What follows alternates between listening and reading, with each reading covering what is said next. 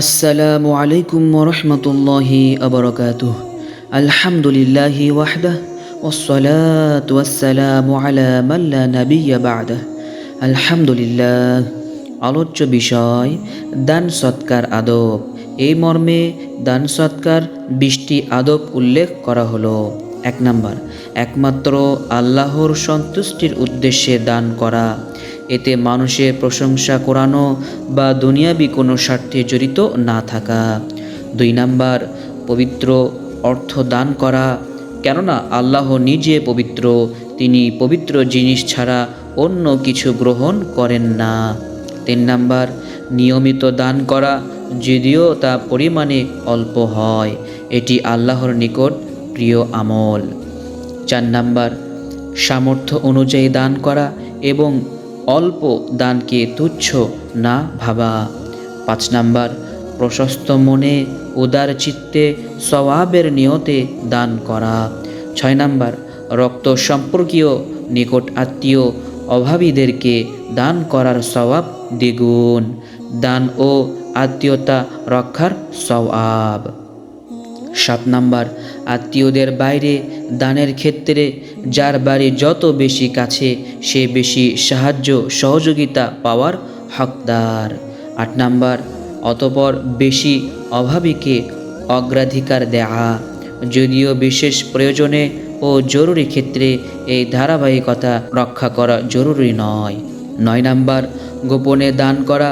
হাদিসে বর্ণিত হয়েছে এমনভাবে গোপনে দান করতে হবে যে যেন ডান হাত দান করলে বাম হাত জানতে না পারে। এভাবে গোপনে দানকারীকে মহান আল্লাহ কিয়ামতের দিন আরশের ছায়াতলে আশ্রয় দান করবেন। তবে কেউ তাকে দান করতে দেখলে উৎসাহিত হবে বা অন্যরাও এগিয়ে আসবে, এই নিয়তে প্রকাশ্যে দান করা জায়েজ আছে।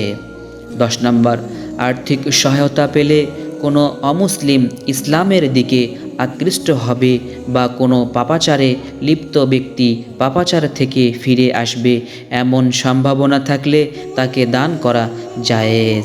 11 নাম্বার, যদি জানা যায় যাকে দান করা হবে তার হাতে অর্থ গেলে সে তা হারাম ও গুনাহের কাজে ব্যয় করবে, তাহলে তাকে দান করা জায়েজ হবে না। 12 নাম্বার, বিশেষ কোনো উদ্দেশ্য পূরণের নিয়তে মাজার, কবর, মৃত ব্যক্তি বা কোনো মন্দিরে দান করা জায়েজ নেই। 13 নাম্বার, দ্বীনি প্রতিষ্ঠানে দান করার ক্ষেত্রে ওই সব প্রতিষ্ঠানে দান করা উচিত যেখানে তাওহীদ ও সুন্নাহ ভিত্তিক দ্বীনি ইলম শিক্ষা দেওয়া হয়। যেসব প্রতিষ্ঠানে শিরক বিদআত শেখানো হয় সেগুলোতে দান করা হারাম, কারণ তাতে শিরক বিদআত চর্চায় সহায়তা করা হয়। 14 নাম্বার, দান করার পর খোঁটা দেয়া হারাম, এতে দানের সওয়াব নষ্ট হয়ে যায়। 15 নাম্বার, দান করার পর তা ফিরিয়ে নেওয়া হারাম।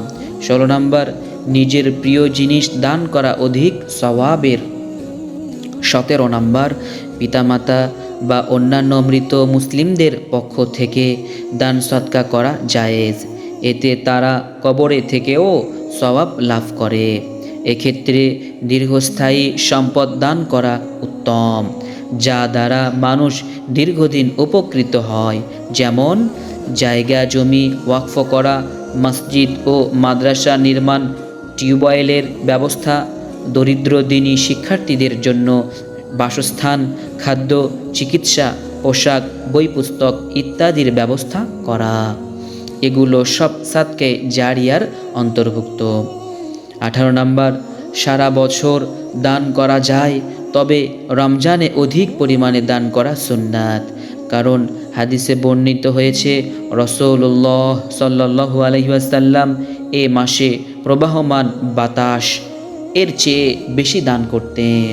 19 নাম্বার, সুস্থ সবল অবস্থায় যখন সম্পদের প্রতি আকর্ষণ থাকে তখনকার দান আল্লাহর নিকট অধিক প্রিয়, একান্ত মুমূর্ষ অবস্থায় জীবন মরণের সন্ধিক্ষণে দানের চেয়েও। 20 নাম্বার, সমাজের অভাবী লোকদের খোঁজে নিয়ে তাদের বাড়িতে দানের সামগ্রী গোপনে পৌঁছিয়ে দেওয়া উত্তম, কারণ এ শ্রেণীর মানুষেরা অভাবে কষ্ট পায় কিন্তু চক্ষু লজ্জায় কারো কাছে সাহায্য চাইতে পারে না। ইনশাআল্লাহ আল্লাহ তাআলা আমাদেরকে কেবল তার সন্তুষ্টির অর্জনের উদ্দেশ্যে তার দেয়া নিয়ামত থেকে মানব কল্যাণে এবং দ্বীনের খেদমতে অর্থ সম্পদ খরচ করার তৌফিক দান করুন। আল্লাহুম্মা আমিন। সুবহানাকাল্লাহুম্মা ওয়া বিহামদিক আশহাদু আল্লা ইলাহা ইল্লা আনতা আস্তাগফিরুকা ওয়া আতুবু ইলাইক।